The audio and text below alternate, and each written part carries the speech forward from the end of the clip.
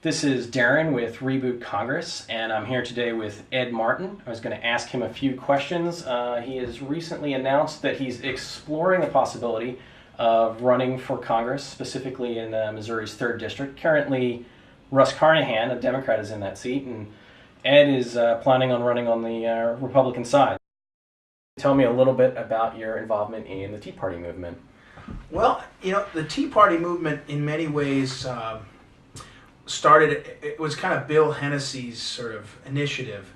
And early on there was 5 or 6 people that got involved. And I actually emailed Bill when I saw that he was organizing it before the first one. And I said, hey, if you need any help, I'd be happy to help. And it was simple as that. And so I have spoken at each of the Tea Parties, but I'd say, the organizers of the Tea Party, and particularly Bill and then Dana and a few others, really have, it's sort of first among equals. It's kind of however we can keep moving the ball forward. So I've been really excited to be a part of the Tea Parties.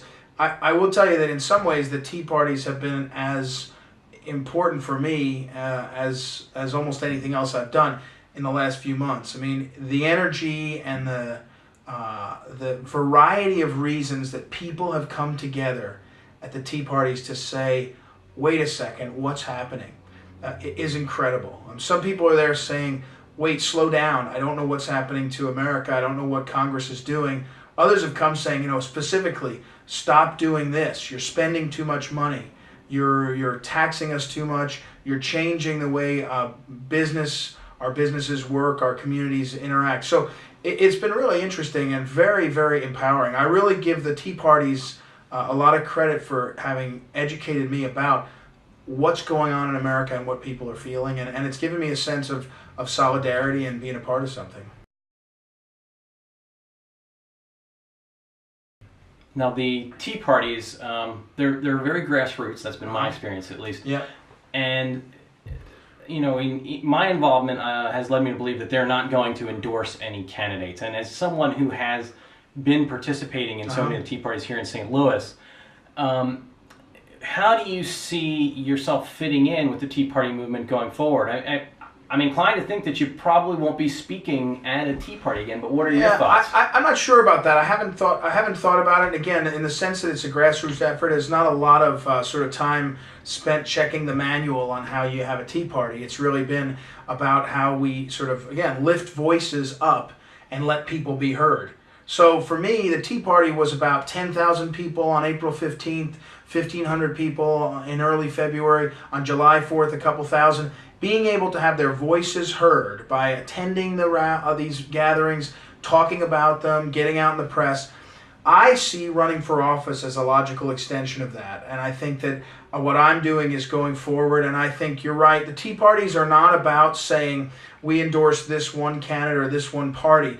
I think they are about saying that we endorse the energy and the commitment and the interest around certain core principles. And if that takes you into radio or television, if that takes you into writing or journalism, if it takes you into, to reboot Congress, whatever it is that kind of gets you going, I think the Tea Party sort of says go.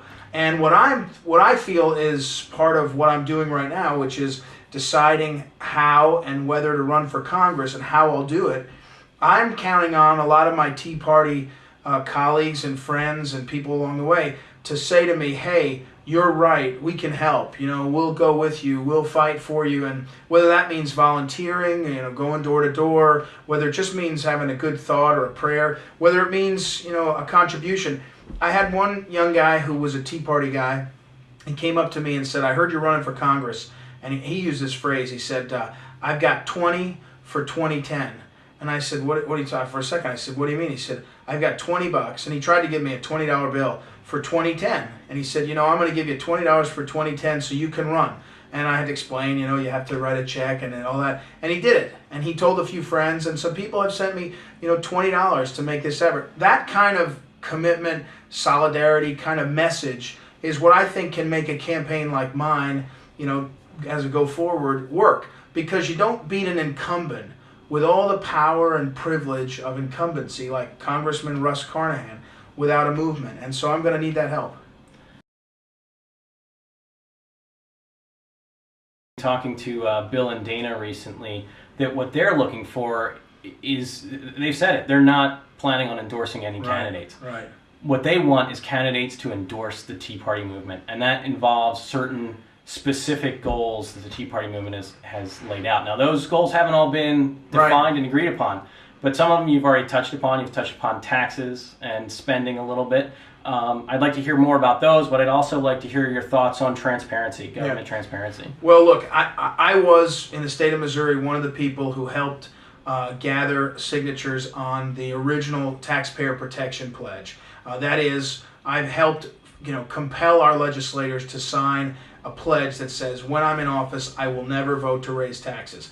I feel strongly enough about that to spend my private time, my recreation time working on that issue. So I will tell you right now, if I'm elected in office, I will sign, the pledge, and I will never vote to raise taxes, period. Clearly, the burden of taxes across the board, whether it's payroll taxes, whether it's our income taxes, all the kinds of fees are way too big a burden. So that's a starting point. And I think you're right. The Tea Party people recognized that the spending that was going on was occurring because we're raising taxes, and it had to create, you can't spend and then not pay for it. And so when you spend, you're saying taxes are either going up later or we're coming for them. So I think another part of the Tea Party thing is spending. And I'm certainly opposed to earmarks. I would never seek earmarks. Doesn't mean that I won't seek funding for things that are local, but it doesn't. That's different than the earmark process. And I would take that pledge and be focused on again, local funding for projects that local people can't do. That's a role that government can play, but not earmarks to do things that are wasteful, and more importantly, transparency. Look, my pledge on transparency is, I was in state government when we created the Missouri Accountability Portal. It's the cutting edge, leading in the nation and across the world as a transparency portal. Every single tax dollar in Missouri may be searched on a database called the Missouri Accountability Portal. I helped set that up. I actually led the charge and the team that put it together. So that's the kind of thing we need.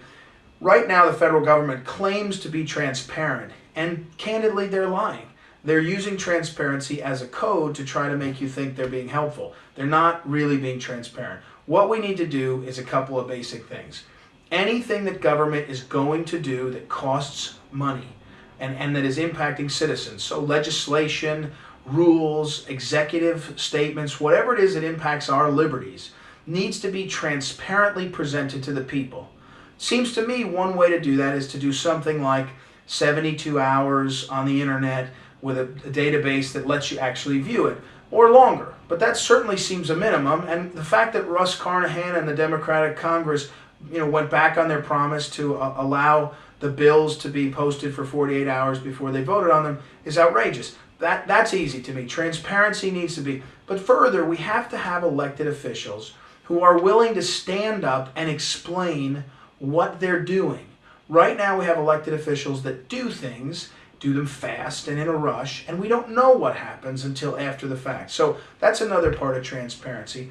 Ultimately, it'll be interesting to see what the Tea Party comes up with as the core sort of pledge that they want to have people sign. Certainly, I think I overlap on most issues, but we'll look forward to it. And mostly what I'm looking for is to take the energy, as I said, some Tea Party people get fired up to go and fight a specific thing, like let's fight X tax, or right now, let's fight the healthcare quote-unquote reform.